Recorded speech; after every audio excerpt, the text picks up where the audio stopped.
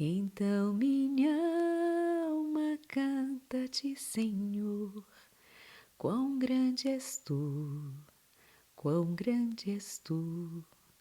Então minha alma canta-te, Senhor, quão grande és tu, quão grande és tu. E assim, nossa mente deve estar voltada para adorar ao Senhor. Sabe que isso acalma o coração da gente. Tirar a preocupação, os pesares, aquilo que nos incomoda, de ser o centro das nossas atenções para colocar Jesus. É muito bom ter confiança em Deus. É muito bom. Se aqui nesse nosso encontro hoje tem alguém que anda muito preocupado, muito preocupada, alguém que está cansado de tanto gastar o seu tempo se preocupando com as aflições do dia a dia, eu trago palavras de vida para você hoje. Um pão quentinho direto do céu para você, porque nós tomamos a palavra de Deus como pão que alimenta, que nutre a nossa alma. Essa palavra não é minha, é a palavra do Senhor. É a palavra que nos instrui, que nos edifica, que nos transforma e que nos faz em todo o tempo reconhecer a Deus como Deus soberano e simplesmente dizer: bendito seja o nome do Senhor. Aleluia! Que a graça do Deus Altíssimo se manifeste na minha e na sua vida em todo o tempo. Amados, hoje eu quero compartilhar, amados e amadas, né? Hoje eu quero compartilhar a palavra de Deus quando um tema muito especial nos é proposto por Jesus Cristo mesmo. Ele mesmo nos faz pensar sobre a necessidade de nós descansarmos das nossas preocupações em Cristo Jesus. Mas antes eu quero começar a partir de um episódio muito conhecido. A palavra de Deus é conhecida, não é? Mas eu quero tomar como ponto de partida um episódio ocorrido na casa de Marta, a irmã de Maria e de Lázaro. No Evangelho de Lucas, capítulo 10, vai dizer que Jesus e os seus discípulos, eles viajaram e chegaram a um povoado onde uma mulher chamada Marta os recebeu em casa. A sua irmã Maria sentou-se aos pés de Jesus, enquanto Marta foi fazer as honras da casa, preparar a refeição, organizar tudo para que Jesus e os discípulos fossem bem atendidos. Imagina você, Jesus e seus discípulos chegando na sua casa. O que você faria?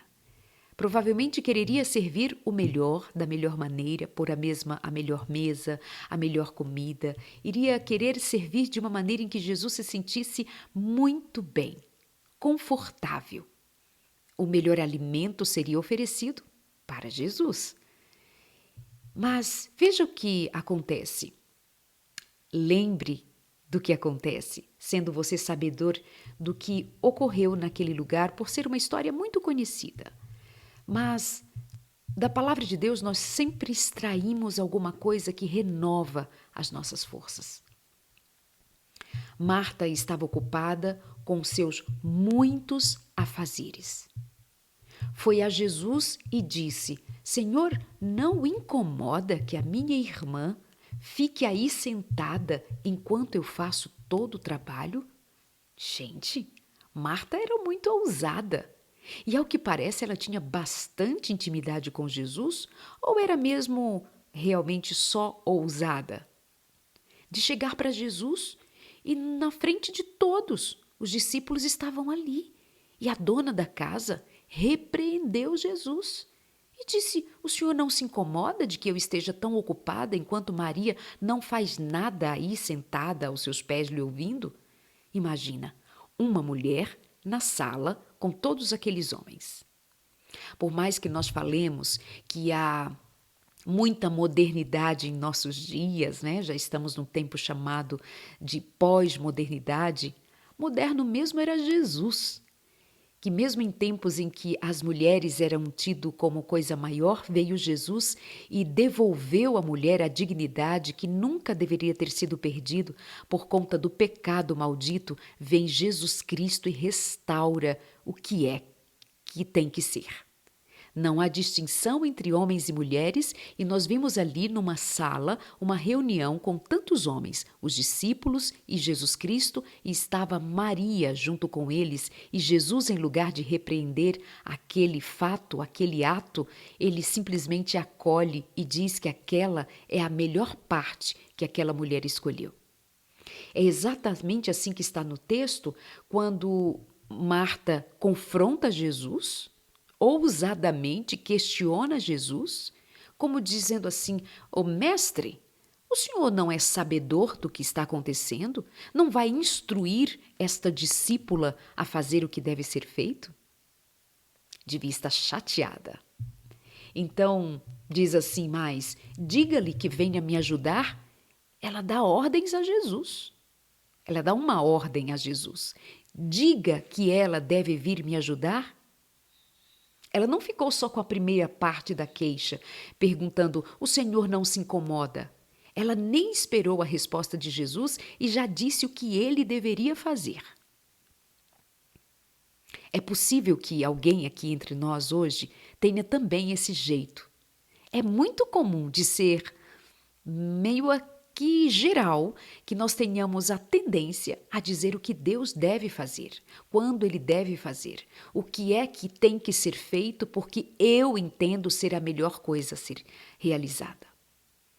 Eu, muitas vezes, em minhas orações, vou dar ordens a Deus. Eu vou dizer como tem que ser. Mas Jesus, ouvindo Marta, ele foi enfático em responder: "Marta, Marta, você se preocupa e se inquieta com todos estes detalhes." Veja, todos estes detalhes. Jesus não repreende Marta, ou Jesus não responde a Marta, porque na verdade ele foi provocado e ele só está respondendo, né? Então ele vai dizer que Marta estava envolvida ou estava gastando muito do seu tempo agora com os detalhes. Jesus, portanto, ele está reconhecendo que o fato de Marta ser ativa, proativa, resolvida, organizada, estar pronta para servir e fazer o melhor, ele reconhece que isto deva ser feito ao destacar que o que estava acontecendo nos bastidores da casa agora já não era o principal. Marta já estava envolvida com os detalhes. Dá para ter essa percepção no texto de quando Jesus Cristo chama a atenção de Marta estar preocupada com muitos detalhes. Acontece que é exatamente assim que nós muitas vezes temos levado a vida, envolvidos e envolvidas com os detalhes. Claro que os detalhes têm a sua importância. Em algumas situações, especificamente, nós vamos descobrir que os detalhes importam muito. Mas, ao mesmo tempo que os detalhes importam em algumas circunstâncias, para que nós sejamos cuidadosos com eles, também devemos ter cuidado para que os detalhes, em lugar de nos ajudar, não nos atrapalhem e nos deixem escravos de uma vida muito ocupada com coisas miúdas que não deveriam ocupar tão grande importância. Tem gente aí que infelicita a vida de tanto viver preocupado e preocupada com as dificuldades que surgem ao longo da história. Jesus Cristo chama a atenção para o fato de aquela mulher estar tão envolvida com pequenas coisas. Será que eu estou falando hoje para alguém que anda muito envolvido com as coisas pequenas da vida e nelas tem tropeçado? Marta vivia inquieta. Naquela situação específica, descrita aqui no Evangelho de Lucas, capítulo 10, ao final do capítulo 10, Jesus faz saber a Marta, como que dizendo para estar escrito e chegar até a mim e a você, de que a gente precisa dar atenção ao que realmente é importante e deixar as coisas miúdas que não nos atrapalhem, que não sirvam de pedras de tropeço. Presta atenção na sua vida. Quanto da sua experiência, da sua energia, das suas emoções, dos seus sentimentos, dos seus pensamentos são gastos naquilo que não faz sentido para edificar a tua vida? Você fica muito tempo ruminando o que as pessoas falam ao teu respeito. Fica muito tempo preocupado com o que dizem, com o que fazem, com o que esperam de você, com as expectativas dos outros. Eu não sei, mas eu tenho certeza que aqui eu estou falando ao menos para uma pessoa que tem gastado muito da sua vida ocupada com coisas que não valem a pena. Perceba o que realmente é importante, o que é relevante e tenha a sabedoria de fazer a distinção entre aquilo que é simplesmente desprezível, mas temos dado importância que não deveríamos dar, aquilo que é desnecessário, irrelevante. Tenham cuidado de dar atenção ao que realmente tem significado a respeito de toda a sua história. Quer ver assim uma sugestão muito simples?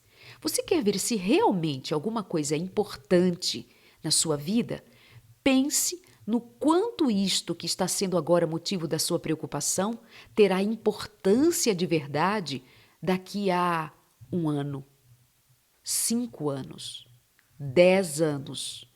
No fim da história, você vai concluir que muitas das coisas que roubam a nossa atenção hoje não terá a menor importância, nem daqui a 1 mês, nem daqui a 1 ano, nem daqui a 5, 10, 15, 20 anos. À medida que você vai deixando, jogando lá para frente, a importância disso, diluído na história, você vai concluindo que há coisas que são simplesmente desnecessárias.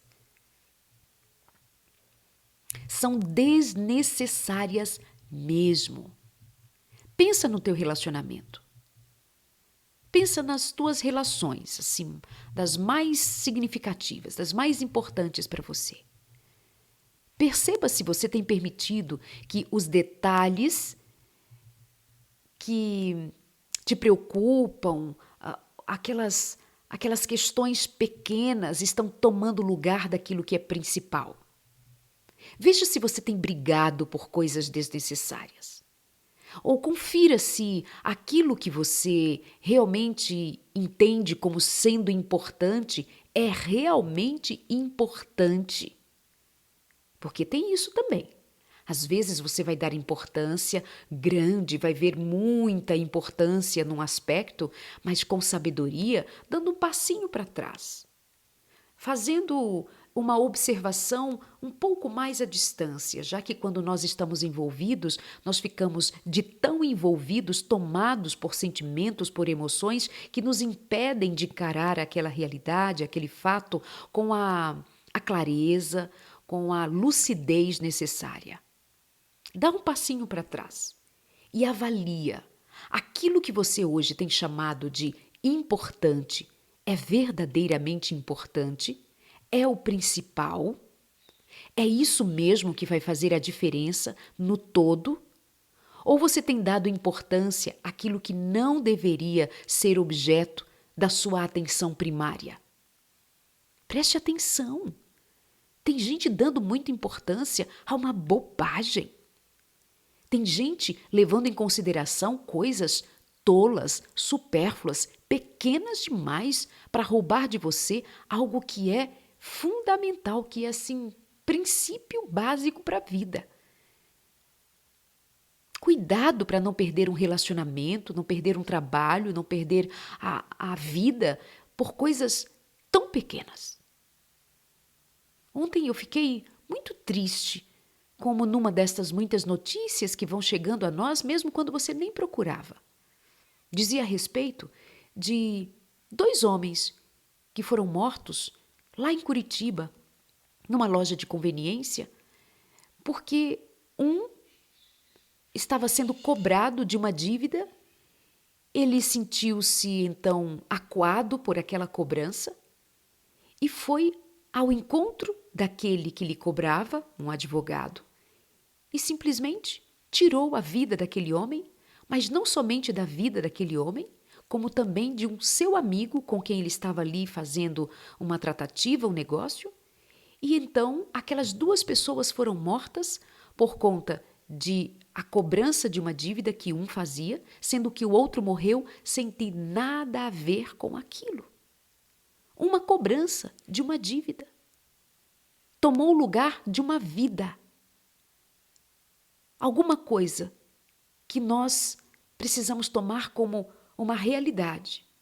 Tem gente perdendo a vida, literalmente perdendo a vida, por nada. Por nada. Por valores pequenos, por coisas pequenas, até porque qualquer coisa que nós colocarmos em paralelo com a vida, nós vamos descobrir que qualquer coisa se torna pequena. Porque a vida é um dom de Deus. A única coisa que valerá a pena perder a vida por Ele é o reino de Deus, o reino do Senhor Jesus, que é dar a vida pelo reino. Aí tem lugar, aí tem significado profundo, eterno. Mas para as coisas do cotidiano, pelo amor de Deus, tem gente tirando a vida de outras por bobagens. Quantos de nós não já vimos dizer que pessoas tiram a vida de outras por um tênis, um relógio, o crime, o mal? E nós achamos isso realmente um absurdo.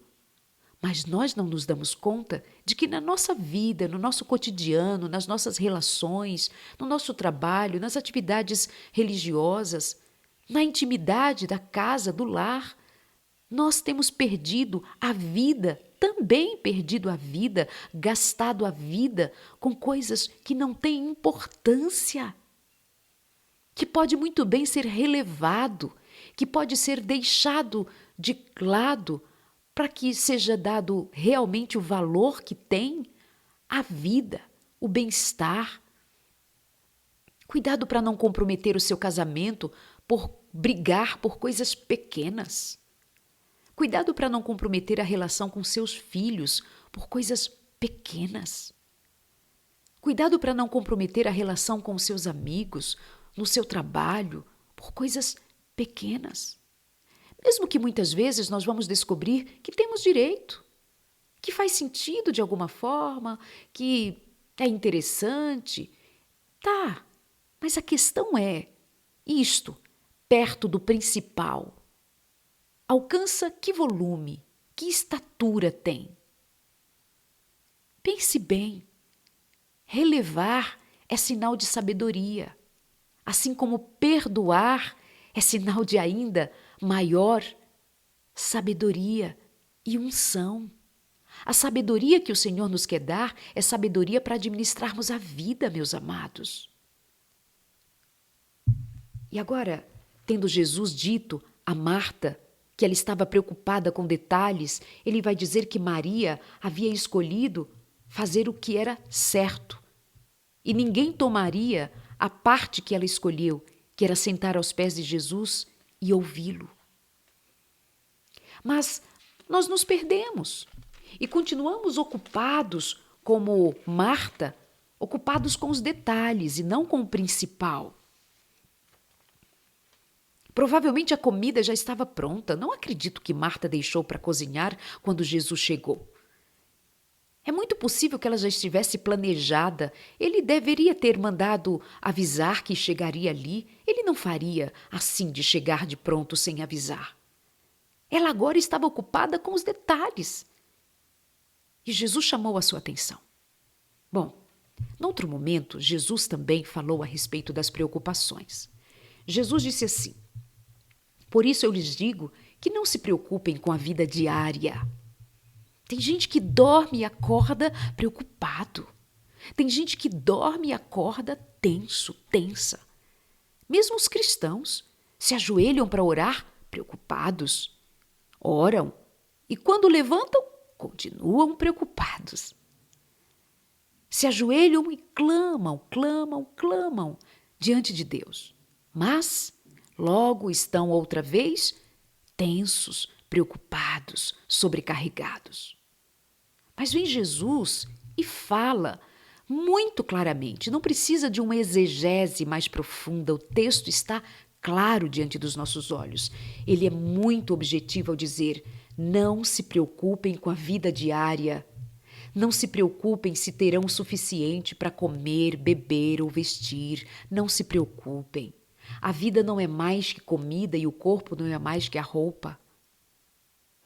Gente, é óbvio que nós precisamos trabalhar.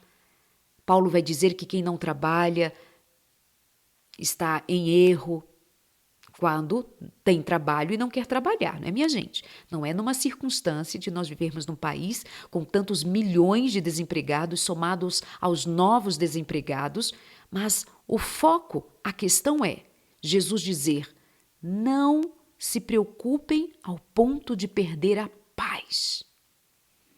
O foco é não se preocupem ao ponto de perder de vista quem é o que te cuida, quem é o teu Deus.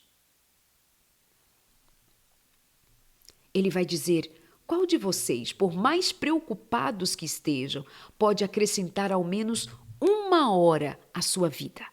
Ou seja, o que mudam as nossas preocupações? Não é a atenção, não é o planejamento, não é disso que Jesus está falando. Ele não está falando de planejar, de praticar, de buscar, de realizar. Não, Jesus está falando de preocupações que ocupam a nossa mente, que roubam a nossa qualidade de vida e que nos faz viver uma vida ansiosa, perturbada, desequilibrada, infeliz e que muitas vezes infelicita a vida de outros à volta. Eu devo lembrar aos pais que quando os seus pais são ansiosos, quando vocês, pais, nós, pais, somos ansiosos, nós infelicitamos a vida dos nossos filhos e eles serão ansiosos também. Porque eles aprenderão e apreenderão essa linguagem. Eles estarão tensos porque os seus pais estão tensos. Os pais estão sempre preocupados, os pais sempre estão falando de modo a deixar aquele clima de tensão, de preocupação, e então aquilo é passado aos seus filhos, aquela tensão é comunicada aos seus filhos em gestos, palavras, na maneira de funcionar essa família, e então nós estaremos produzindo mais filhos ansiosos, preocupados, tensos, nervosos. Tenhamos cuidado com isto. Jesus, durante o seu discurso, ele chama a atenção para um fato importantíssimo. E essa palavra é atualíssima em tempos de tantas pessoas ansiosas. Nessa pandemia de saúde emocional, a doença da ansiedade, do transtorno de ansiedade, e aqui eu me refiro ao transtorno, e não aquela ansiedade que é assim, a motivação para você levantar e viver. Isso é motivação, isto pode ser chamado de ansiedade, ou seja, anseio para realizar alguma coisa, anseio para fazer acontecer alguma coisa, ser um agente de realização. Mas quando se fala em transtorno, nós já estamos falando de alguma coisa da ordem da patologia, da infelicitação desse movimento de vida que torna-se muito impactado por uma preocupação intensa com relação ao que vai acontecer no futuro. Então Jesus diz: qual de vocês, por mais preocupado que seja, mude alguma coisa? O que muda? Acrescenta 1 hora da vida? A pergunta que Jesus faz é para fechar a questão. É não, gente. Não. Preocupação não vale nada. Atenção, foco, planejamento, execução, sim, isso é fato. O próprio Jesus, no outro momento, ele vai dizer que para fazer a construir uma casa, vai precisar que antes se planeje como será a base, o alicerce, é obviamente planejamento. É diferente da preocupação que Jesus está aqui trazendo para esta questão e que está intimamente ligado com aquilo que foi o estilo de vida de Marta declarado que tem a ver com ficar muito ocupada, muito preocupada, muito tenso, perdendo o que é o melhor da vida. Perdendo família, perdendo a saúde mental, a saúde emocional, comprometendo a espiritualidade, comprometendo o transcorrer da vida. Tem gente que perde casamento, perde a relação com os filhos, perde a relação consigo mesma, se desconecta de si mesma, porque a sua mente fica tão perturbada com as preocupações. E Jesus diz, não faz isso. Calma. E ele vai dizendo mais. Portanto, não se preocupem dizendo, o que vamos comer, o que vamos beber, o que vamos vestir, o que vai ser disto ou daquilo. Ele diz, não se preocupem. E a gente precisa escutar a palavra de Jesus e entender que Jesus está dizendo o que é. Outro dia alguém me escreveu dizendo assim, questionando um texto que eu havia publicado, e ele disse assim, Darleide, o que está escrito, mesmo tendo sido dito por Jesus, não é regra, não é doutrina, é só um conselho. Se você ouvir um conselho de Jesus Cristo e der de ombros como quem diz, é só um conselho, eu não preciso dar tanta importância assim, é só um conselho. Meu Deus, que loucura! Quem despreza a palavra de Jesus, para mim, tudo que Jesus Cristo disse é lei. Se ele disse para eu não me preocupar, eu não vou me preocupar porque Jesus disse que eu não devo me preocupar. Ora, se eu vou ao médico e ele diz, olha, você precisa tomar esta medicação 3 vezes ao dia. Se não fizer assim, não fará o efeito esperado. Eu vou para casa, nunca tinha visto aquele médico antes, não sei, mas ele é médico, tem formação, está ali, eu o procurei, ele identificou uma necessidade minha, prescreveu e ele diz, tome no horário devido para que haja o efeito esperado. Alguém vestido de branco, com seu jaleco, com sua autoridade, com seu conhecimento, tem o respaldo de me dizer o que eu devo tomar, a hora que eu devo tomar. Eu obedeço. Aí vem Jesus Cristo, o meu Senhor, o meu Deus, o seu Deus, ele diz como deve ser a nossa vida e nós, de teimosos, dizemos, é só um conselho. E conselho é como dizia o velho ditado popular, conselho é como café, toma quem quer. Veja como ou onde nós temos colocado a palavra de Cristo, em lugar de simplesmente um conselho.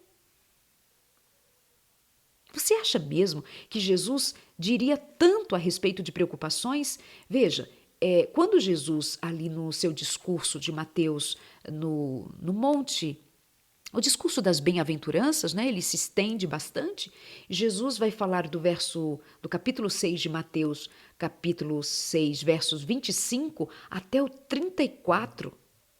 São 9 versos, é um texto comprido, com Jesus repetindo, argumentando, dizendo por que vocês ficaram preocupados, por que essa preocupação toda. Descansem, não façam isto, não se preocupem. Aí ele vai dizer alguma coisa que é contundente. Diz, olha, essas coisas ocupam o pensamento dos pagãos. Mas seu Pai Celestial já sabe do que vocês precisam. Busquem em primeiro lugar o reino de Deus e a sua justiça, e todas estas coisas lhes serão acrescentadas. Portanto, não se preocupem com o amanhã, pois o amanhã trará suas próprias inquietações. Bastam para hoje os problemas desse dia. Jesus é tão completo, Jesus é tão maravilhoso. E essa é uma das características de Jesus, né? Maravilhoso, o príncipe da paz. O maravilhoso Jesus, Ele diz: basta para cada dia o seu mal. Ele não nos deixa enganados dizendo: olha, não se preocupem porque vai dar tudo certo, não tem problema nenhum, beleza. Não, o que ele está dizendo: olha, vai ter dificuldade, mas foquem no hoje, prestem atenção. Isso não significa que você despreza o preparo para o amanhã, volto a dizer. Isso não significa não ter planejamento, não ter sonhos, não ter vontades, não ter ideias de realizações. Não, não tem a ver com isso. Tem a ver com o fato de Jesus estar chamando a atenção daquelas pessoas que têm um estilo de vida preocupado, que é conhecido na família e pelos amigos como uma pessoa tensa, preocupada, ansiosa, uma pessoa que está sempre lutando com o futuro e o futuro ainda nem deu pistas de como será e ela está desesperada, desesperado. Vem Jesus e diz: não faz isso. Isso é mal para você. E eu acho essa palavra de Cristo muito forte quando ele diz que estas coisas ocupam o pensamento dos pagãos. Aí alguém vai dizer assim: mas Darleide, então o fato de eu andar preocupado, ansioso pelo futuro, ansiosa pelo futuro, então é coisa de pagão? Não sou eu que estou dizendo, é Jesus. Não, Darleide, mas você tem que entender. Eu entendo, eu super entendo, eu sou humana, eu entendo. Só que eu também sei que Jesus entendia. Tanto entendia que ele se fez, no mistério da encarnação, se fez gente como eu e você para justamente entender de perto, não é de longe. Senão nós diríamos assim: é muito fácil para o Senhor estar aí na sua glória, todo no bem bom, dizendo para a gente aqui na terra ficar calminho. Não, veio Jesus, viveu o que nós vivemos, experimentou de perto, sentiu o cheiro de pecado,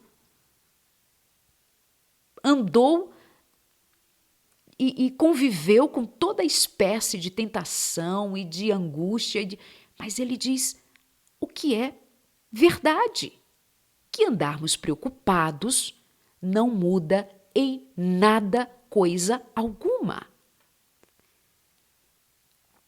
E é Jesus quem vai dizer que viver preocupado é coisa de pagão. Mas Darleide, desculpa, eu estou lendo a palavra. É Jesus Cristo quem está chamando a sua razão, está chamando você à realidade, que tem a ver com uma confiança em Deus que deve se instalar em seu coração, para que você descanse em Jesus Cristo, para que você tenha paz em Jesus Cristo, sabendo que esta palavra é a verdade. Não vos preocupeis, não andeis ansiosos, não perca uma noite de sono preocupado, não perca um dia, não perca a sua vida ocupado com aquilo que não faz sentido de ser, porque ficar acordado a noite inteira sofrendo não ajuda, só piora, só atrapalha. Uma noite de sono perdida quer dizer maior dificuldade de concentração, maior dificuldade de percepção, portanto, muito menor capacidade de encontrar soluções. Você entende? Aí, voltando para a história lá entre Marta, Maria, Jesus, os discípulos, Jesus diz: Marta, Marta, a sua irmã Maria escolheu a melhor parte. Qual foi a melhor parte? Ela escolheu sentar perto de Jesus e ouvir Jesus falar. E o que Jesus vem dizer aqui nesse texto de Mateus capítulo 6? Ele vai dizer a mesma coisa que disse lá, porque Jesus é absolutamente coerente, sempre, sempre. Por isso que o que Jesus diz não é só um conselho. O que Jesus Cristo diz é a verdade absoluta, como ela é em Deus. Absoluto, não tem meio termo. Ele vai dizer: buscai em primeiro lugar o reino de Deus e todas as outras coisas vos serão acrescentados. Mas a gente não acredita. E aí a gente vive vida de pagão. Até professa, ou seja, faz profissão de ser cristão, diz de boca que é cristão, que confia em Deus, que ama Deus, que sabe que Deus está no controle de tudo, e é uma frase meio que já jargão de cristão, né? Deus no controle de tudo. Mas quando a gente vai ver, é uma vida que está descontrolada e que não enxerga Deus no barquinho da vida. E que acha que por estar em alto mar está tudo acabado, como que eu vou fazer agora? Não tenho o que fazer, Darleide, meu casamento, minha casa, minha família, eu não sei o que fazer, eu não sei o que fazer com isto, com aquilo. Queridos, o Senhor nos pede para termos paz até na hora da morte. O apóstolo Paulo vai dizer em outro momento, numa das suas cartas, ele vai dizer, olha, eu não quero que vocês sejam ignorantes com relação à morte. Até mesmo com relação à morte. Eu não quero que vocês sejam ignorantes. Eu quero que vocês saibam que há ressurreição. Há a volta de Jesus. Vocês não devem fazer como os pagãos de viverem desesperados, nem mesmo em face da morte. Porque haverá ressurreição. Sim, saudade, tristeza, luto, falta, uma agonia, uma dor de alma. Quando Lázaro morreu, Jesus sentiu muito. Mas ele sentiu mais pela incredulidade das pessoas. Quando Jesus chorou, ele não chora pela morte do seu amigo, porque Jesus sabia que iria ressuscitá-lo. Jesus chora é de ver a incredulidade dos que estavam ali. A incredulidade é o que entristece o coração de Deus. Se põe no lugar de Deus, só por um instante. Um Deus que deu o seu filho, um Deus que ama ao ponto de dar o seu filho, e esse filho, ele se entrega, é o amor encarnado, gente. Nós estamos falando do amor encarnado. Em Jesus, ele, o próprio Deus, em Jesus, amor absoluto. Ele prova por A mais B que ele é Deus. Nós dizemos crer, mas vivemos como quem não crê. E em lugar de buscarmos primeiro o reino de Deus, nós temos buscado as coisas terrenas para, se sobrar tempo, aí nós buscamos a Deus. Se sobrar tempo eu oro, se sobrar tempo eu leio a Bíblia, se sobrar tempo eu comungo com Deus, se sobrar tempo, dê um jeito aqui, acolá, quem sabe eu jejuo, quem sabe eu me aquieto, quem sabe. Mas você sabe, né? Então, meus amados, Maria escolheu a melhor parte. E você vai escolher qual? Maria escolheu primeiro Jesus. Depois, se tivesse fome, eles iriam comer o que estava já pronto, sem se preocupar com os detalhes. Tem gente preocupada com os detalhes. A casa tem que estar arrumada, a casa tem que estar pronta, a casa isto e aquilo. Mesmo que pague um preço alto com a própria saúde, com o sentar no chão e brincar com os filhos, de ter tempo de ser feliz, de ter tempo de usufruir da presença uns dos outros, de ter tempo de simplesmente curtir, de ensinar, de instruir, de compartilhar, de ser feliz com as coisas poucas. Ah, Darleide, mas significa que não vamos arrumar e não vamos fazer? Já falamos aqui hoje sobre planejamento. Planejamento é uma coisa, rotina é uma coisa, sonhos, tudo bem. Organização, planejamento, vou resumir tudo nesta palavra. Planejamento, tá tudo certo. Mas preocupações excessivas, ansiedade excessiva, sai do planejamento, entra na rota da enfermidade e vem destruindo a sua qualidade de vida emocional, sua qualidade de vida mental, a sua qualidade de vida espiritual, o seu corpo fisicamente sofre. Tem gente doente. Tem gente doente, sente dor de cabeça, enxaqueca, sente tremedeira, sente enfermidades que são somatizadas aquilo que a mente produziu de tanta toxicidade. Uma mente tóxica só pensa mal, mal, mal, mal. Nada vai dar certo, nada vai dar certo. Meu Deus, e se acontecer isto, e se acontecer aquilo, e isto e aquilo, meu Deus, e se antecipa e sofre, sofre, sofre. Meu Deus, adoece. Coração palpita, fica sem fôlego. Ai, meu Deus, eu vou morrer de tanta preocupação. Tem gente morrendo de preocupação. Então Jesus precisa chamar a atenção e dizer: ei, ei, ei, ei. Isso não é próprio para quem confia em Deus. Desculpa. Desculpa, a palavra é como era e não tem como tirar da boca de Jesus e dizer não, mas o que ele quis dizer, nesse caso não tem, porque está dentro de um texto longo, um contexto muito claro, portanto essa expressão não está fora do contexto para eu usá-la a meu favor, para compor uma ideia, não, é uma ideia inteira, completa, uma seção comprida da palavra de Deus. E eu ainda fui buscar na história prática de uma família, de um relacionamento familiar ali, as irmãs, na presença de Jesus, quando uma escolheu ficar preocupada com coisas miúdas. Aí você vai dizer, não, Darleide, a minha preocupação aqui não é uma coisa miúda, é uma coisa grande.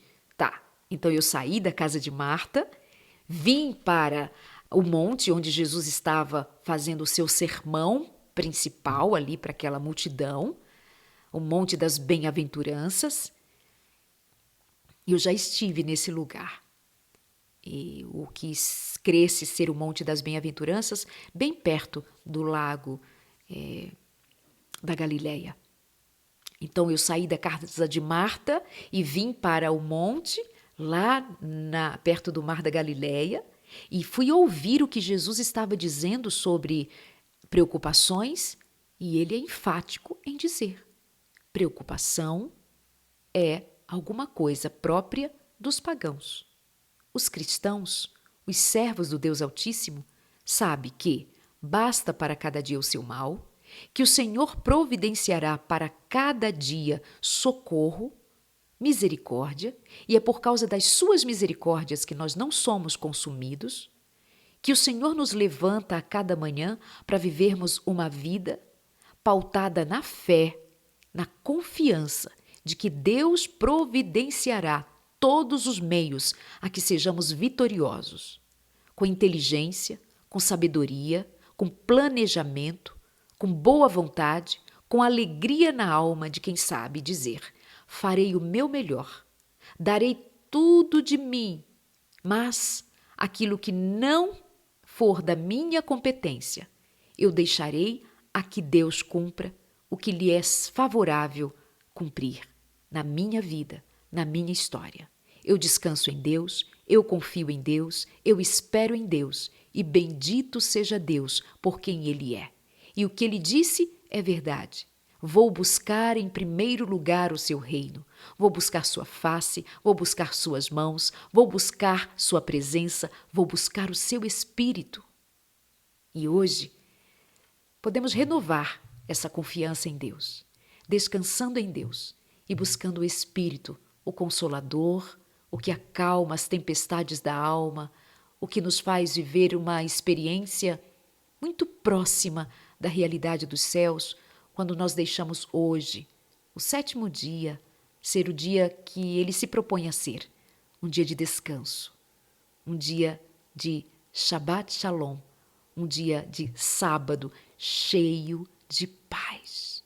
E é paz que excede todo entendimento, é paz que visita todos os cantinhos da vida, é paz que se instala como um chip em nossa alma e faz fluir ali aquela paz que vem dos céus.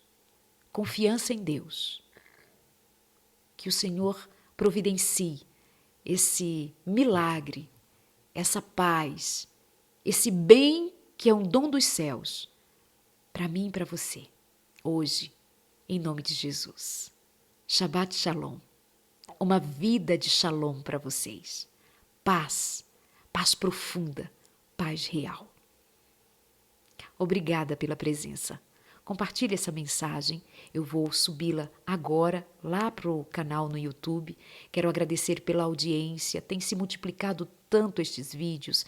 Eu tenho recebido tantas histórias lindas que eu tenho me acordado cada dia mais cedo.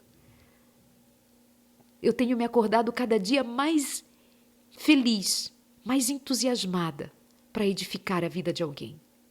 E olha que eu poderia estar satisfeita em fazer programas na TV, programas no rádio, mas eu estou feliz em fazer todo e qualquer movimento que possa significar alcançar a vida de alguém para edificá-la, para pela palavra bendita, a palavra de Deus, o pão quentinho que o Senhor nos serve, aquecer a nossa alma.